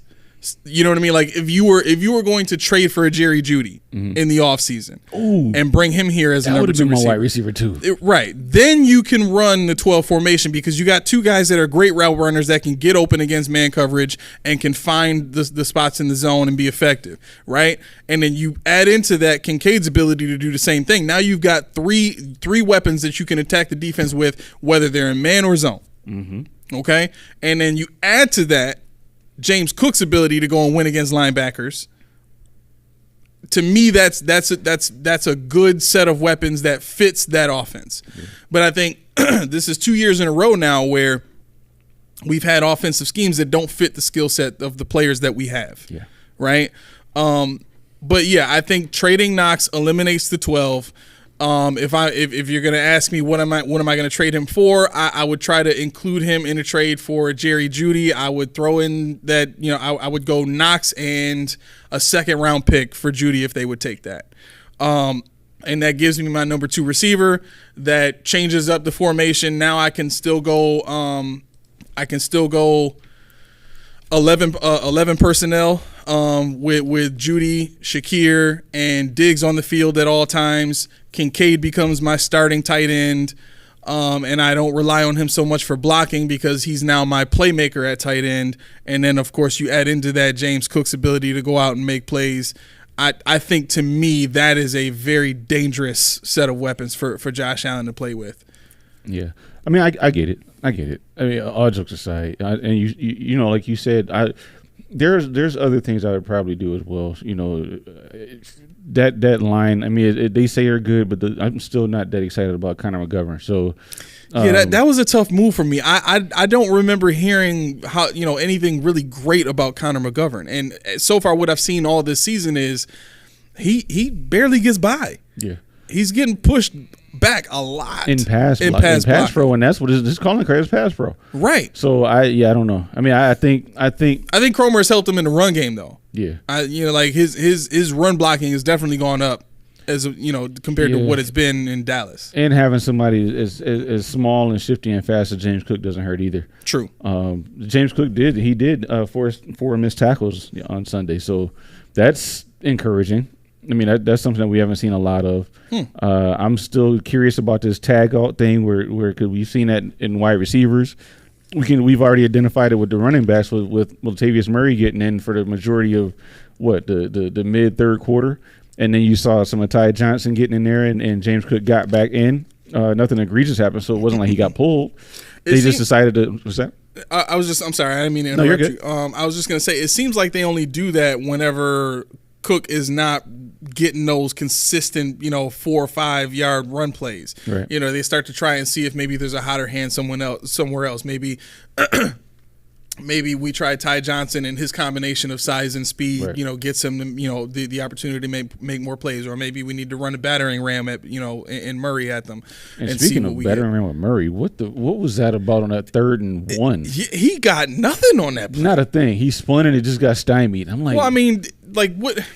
We talked about the players in last Friday's episode that we would trade for, and we stopped short of saying Gottschall because we knew the Patriots would never let him go. But right. Christian Barmore, both of those dudes, just plug in the middle, like just a good. And that's and I'm glad you said it because I was curtailing it, but that's the one thing that we really can't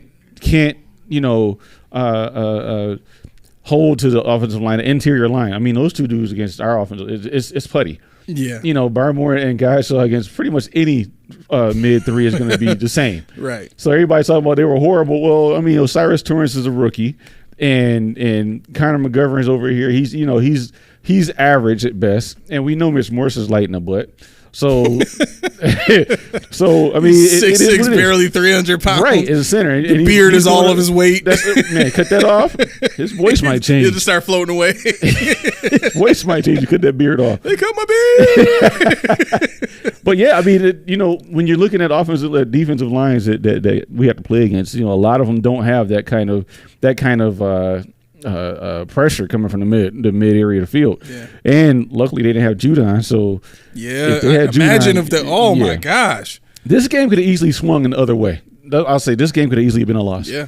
A couple times they had Uche coming up the middle, like Yep, they had 0 blitzes. They were throwing the house at. They only blitzed I think 12 times, but when they did it counted. I noticed a lot of times when we blitzed, our linebackers got caught up on defensive linemen. They ran into the back of them, or they lost the gap they were supposed to. So they need to clean that up. Dodson's blitz, excellent blitz, but what do you call it in basketball? You made a $100 move and a 10-cent finish because he blitzed. He blew up the running ball back. Ain't go in though, and then he just rimmed right on out. He blew up the running back, had a hand on the quarterback, but he just slid right out. He had Zappy looking like he'd been there before. Yeah, it's tough.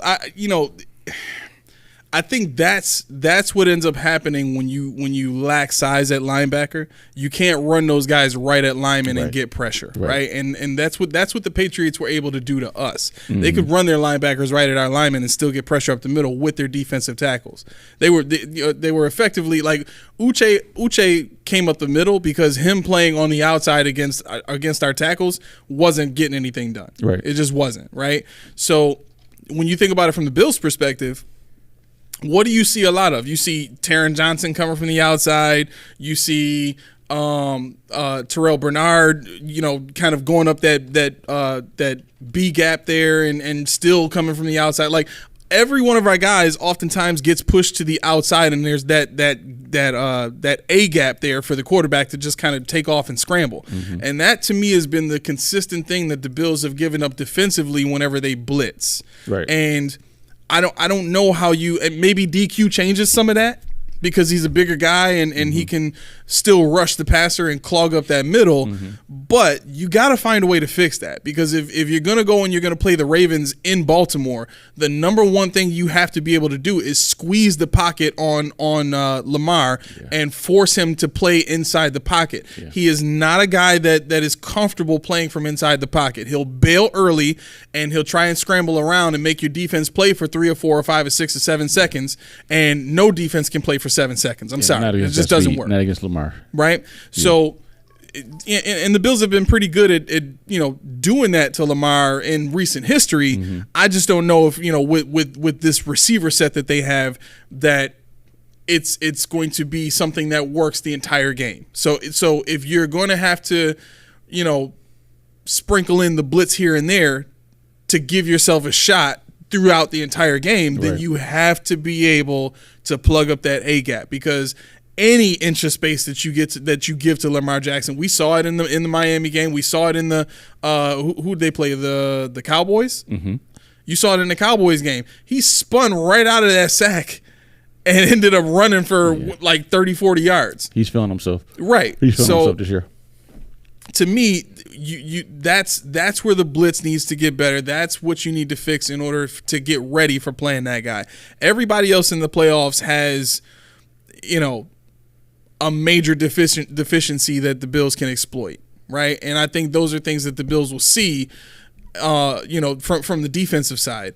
But man, Lamar Jackson, you got to be able to attack that line and squeeze that pocket, and you can't give him any space to get out of there. Yep. Let me ask. Yeah, that's like I said. That's the. Did you ask me all your questions? Yeah. Okay. That's the one I was afraid of. I was most afraid about Lamar Jackson, especially now feeling himself. Scary business. I just don't know. We haven't seen our defense against that kind of test, and we've seen him play against Bailey Zappi, Easton Michael Stick, and whoever else. Name another quarterback that we've seen scamper around back there, looking like they've done this before. Yeah. So yeah, if you're looking at Josh versus Lamar on Sunday, one was an MVP and one was in the hunt again. What did he go? 18 for 21, 300 and something yards, 5 touchdowns, and this is 2019 all over. Yeah, 30. And the thing about it was 35 yards rushing. He didn't even care about running. He was like, right. You said I can't throw everybody. You said I can't throw, right? Yeah. Josh is fighting for his life. I just need to see him get back into whatever he has. I don't know what it takes. I don't know if he has to get hit. I don't know if he has to have a big play. I don't know if he has a big run, or if somebody got to yell in his face. I don't know what it takes. Listen, if nobody's going to say this, I think we've in so many ways said this, but I'm gonna just come out and say it. Josh is the one quarterback in the league that is a superstar that has been playing his entire career with not great options. Right. At receiver, not great options at running back, not great options at tight end. He has had one Pro Bowler his entire career here, and that's been Stephon Diggs. One. Okay? We saw what Mahomes looked like when he had just 2 weapons. Yeah. Just 2. He won 2 Super Bowls off of 2 weapons. All I'm saying is just give Josh 2 weapons. He had Tyreek Hill, which is a 1B, I guess, to Travis Kelce's prime 1A, right? But nobody could stop them. Right. Because you had 2 dominant options on the offense. Can I just get more than 1 dominant option on my offense for Josh to take advantage of? Yeah, Baltimore just passed us. Now Baltimore has more than 1. They were in the same boat as what you're saying. They didn't have options, but now. Exactly. They got 3 options, and their tight end, who was their number 1 option, went down, and they're still winning games. And now Isaiah Likely comes in. Eagles are done. Eagles are done. They got to travel everywhere. I'm just saying because the reason I said Eagles. Oh, for the weapons they have? Yeah, because look, you got AJ Brown and you got 2. What? Who's the Devontae Smith, and then the other one because they call them 3 Batmans. You got a big AJ Brown, and then you said Devontae Smith, and there's another one. There's 3. Who's the other receiver? The Philly receiver. I don't think they go with 3 receivers in Philly. The big trio. In Philly.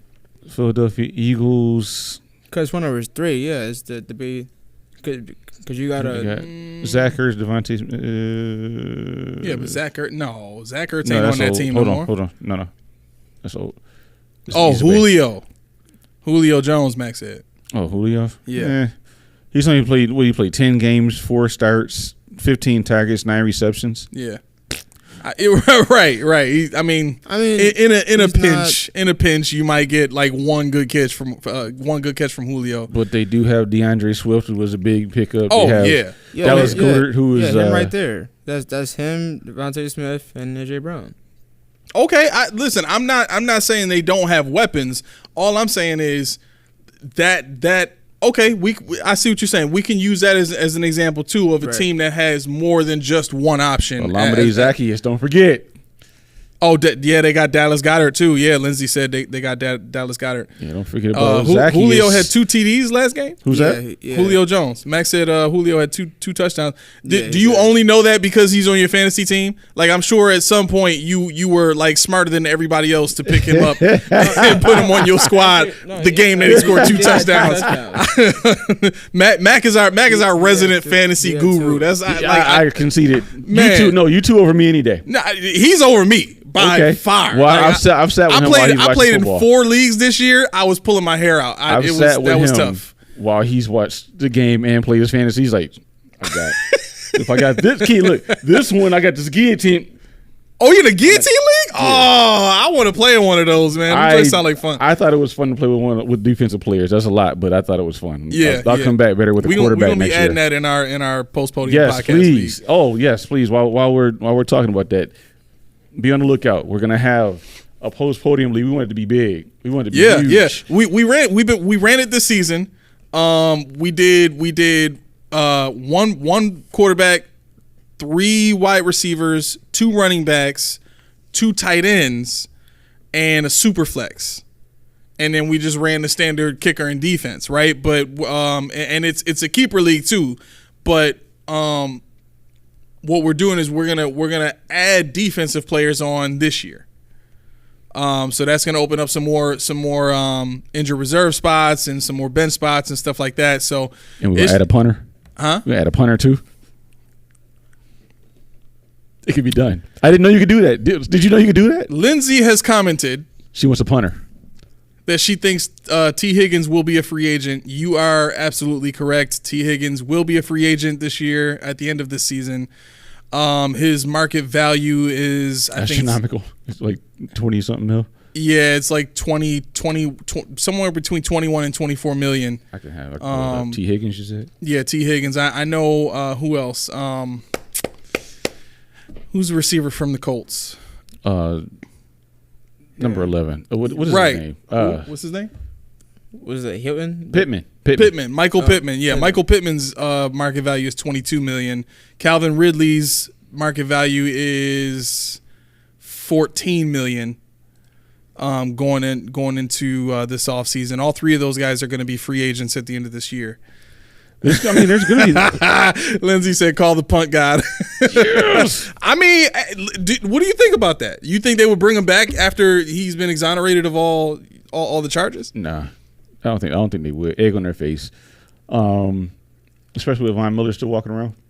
You know, with the pending charges, him still being here. Why'd you cut him, but you didn't? Why'd you cut me, but he's still walking around? You stuff like Ty Dodson. Why is he still on the team? Listen. You can gripe all you want. You either want a job kicking this ball or not. I mean, I'm not wrong. You're not wrong.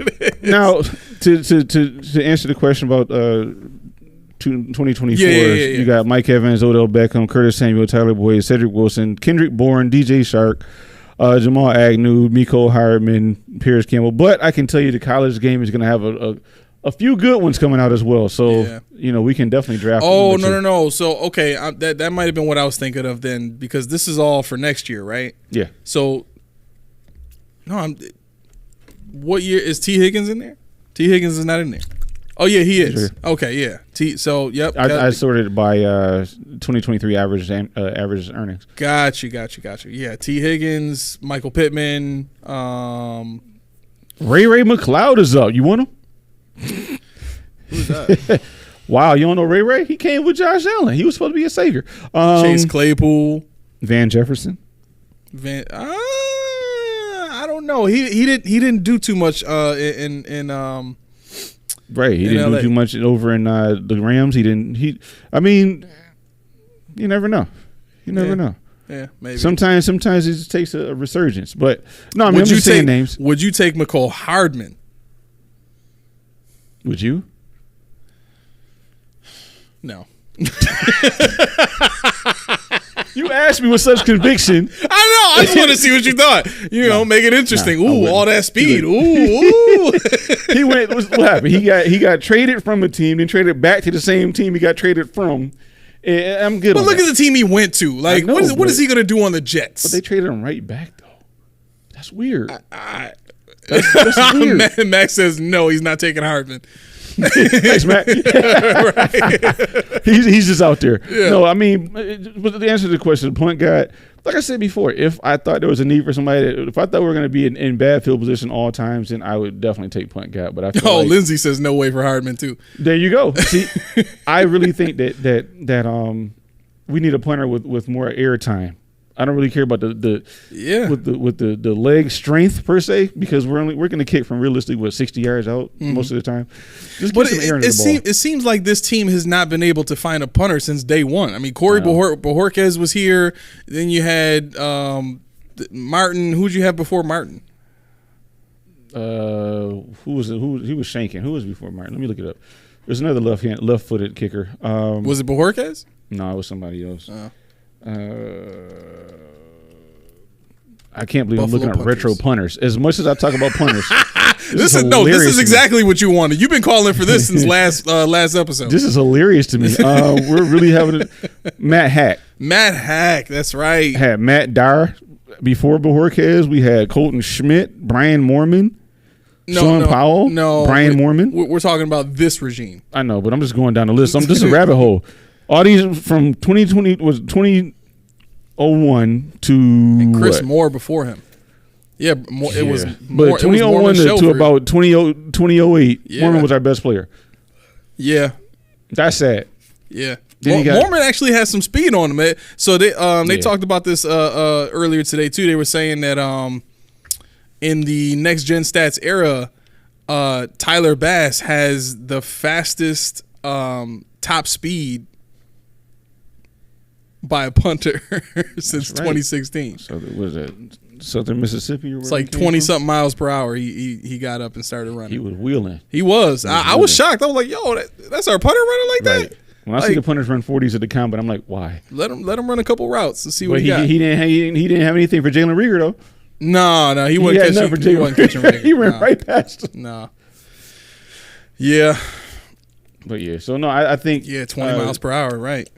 To bring it home, I think we saw everything we could ask for from the defense. That defense, if we did that the whole season, I'd be like, y'all right. McDermott's aggressive. McDermott got the defense looking different. Yeah. I mean, okay. So let me ask you this real quick: if Trey White does not get hurt, do you think we still trade for Rasul Douglas? No. And to me, that's a shame.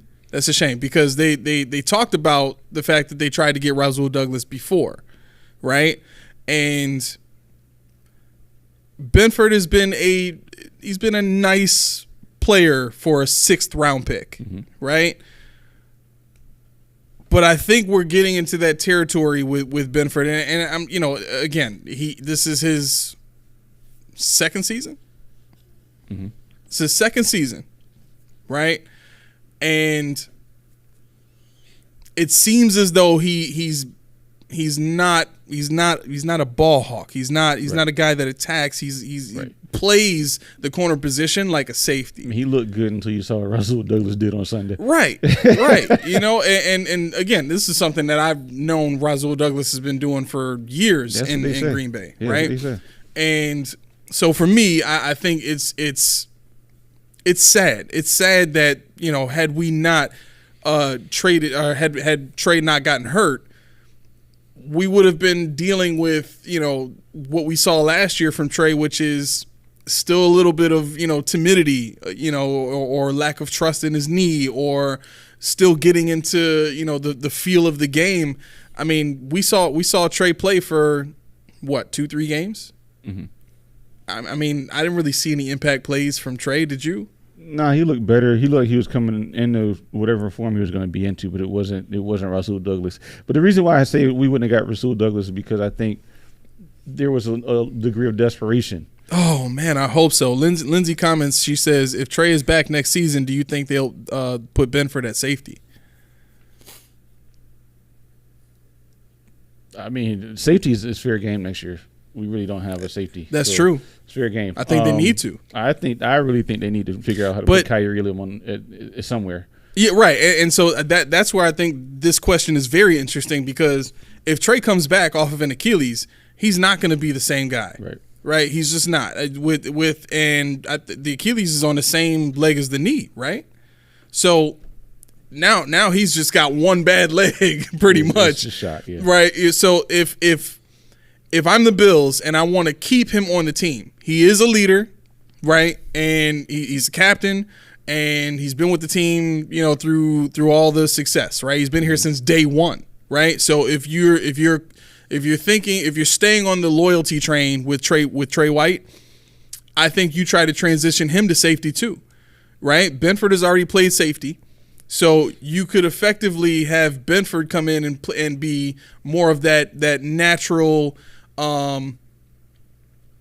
coverage safety, the Micah Hyde role, you know what I'm saying?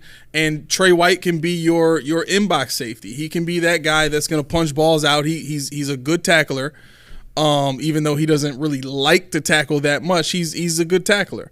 He's pretty soft on tackling. I mean, I think if you're going to do that, where's Aaron Williams? I said it a long time ago. No, I agree. I think, you know, again, that's if you're trying to stay loyal to Trey White. No, right. I don't see him coming back as a corner on this team. So if you're going to give him a role, it has to be at safety. I don't know what they're going to do with him. I mean, that's whatever gonna you be do, tough. bring Aaron Williams in and consult with, because now you're talking about 3 different cornerbacks. Well, I'm surmising because I want to try Elam at safety. But I think Elam, like, to me, defensively, Elam gives you the ability to have something that your defense hasn't had ever, which is a good defensive line and man coverage behind it.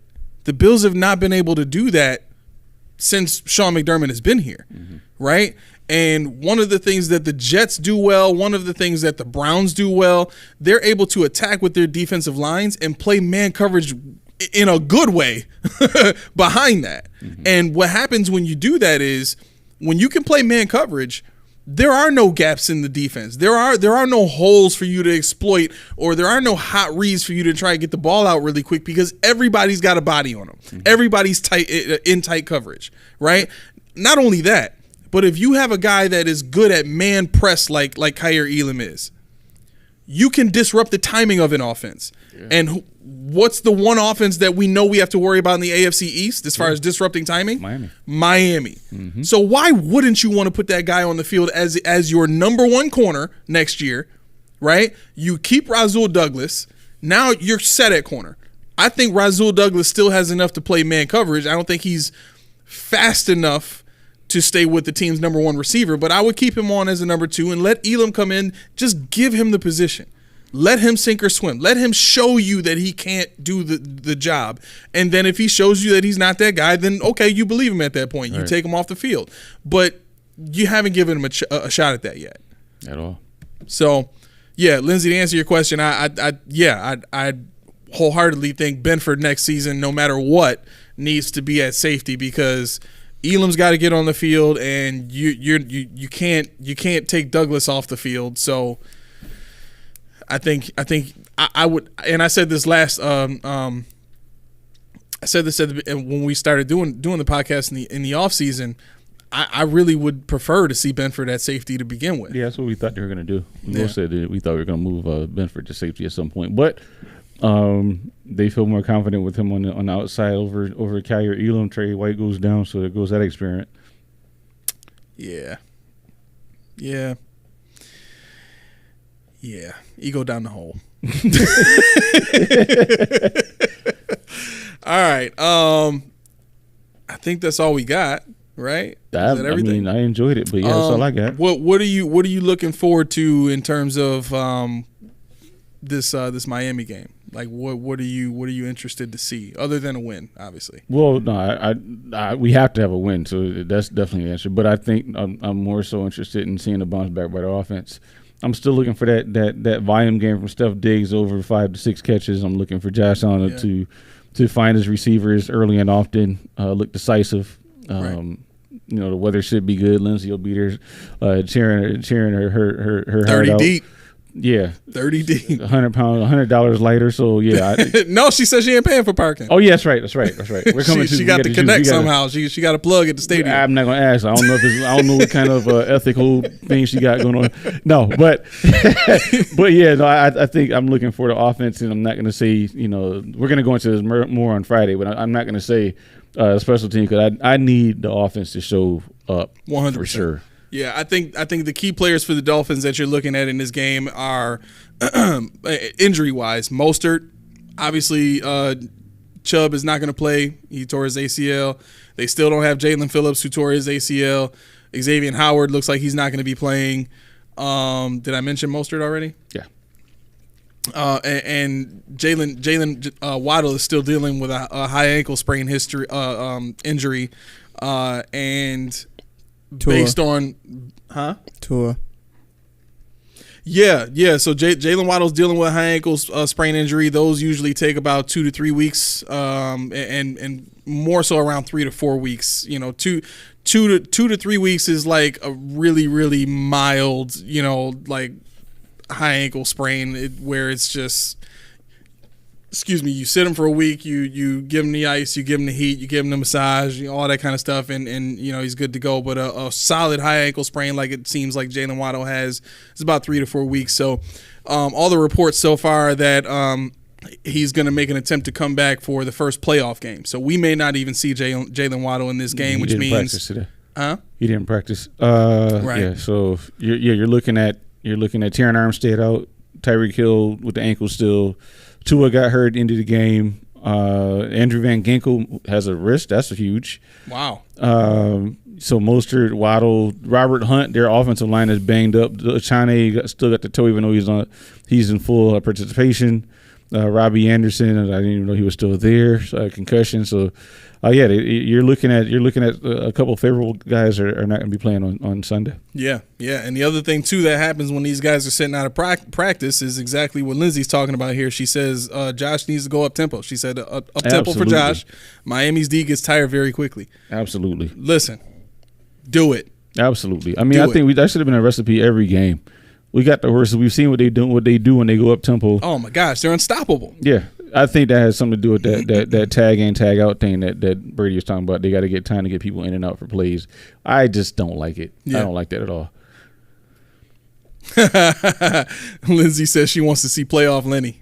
All right, I'll take playoff Lenny. Mac, where you at? You want to see playoff Lenny? Mac's like, yeah, with playoff game. Right. Oh my gosh.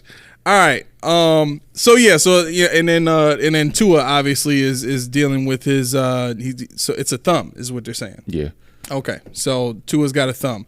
That's on his throwing hand? Yeah. Ooh. I thought it was his shoulder.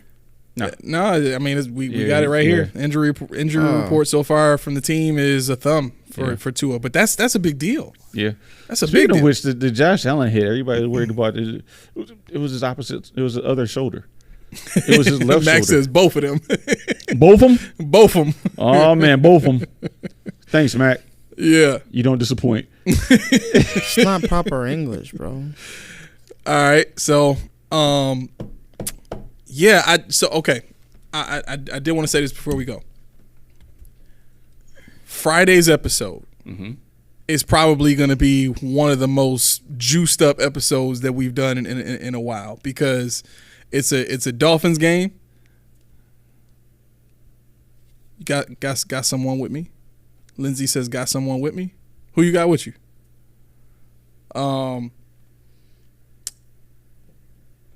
Friday's episode is going to be one of those episodes because there's a lot of reasons to love this matchup.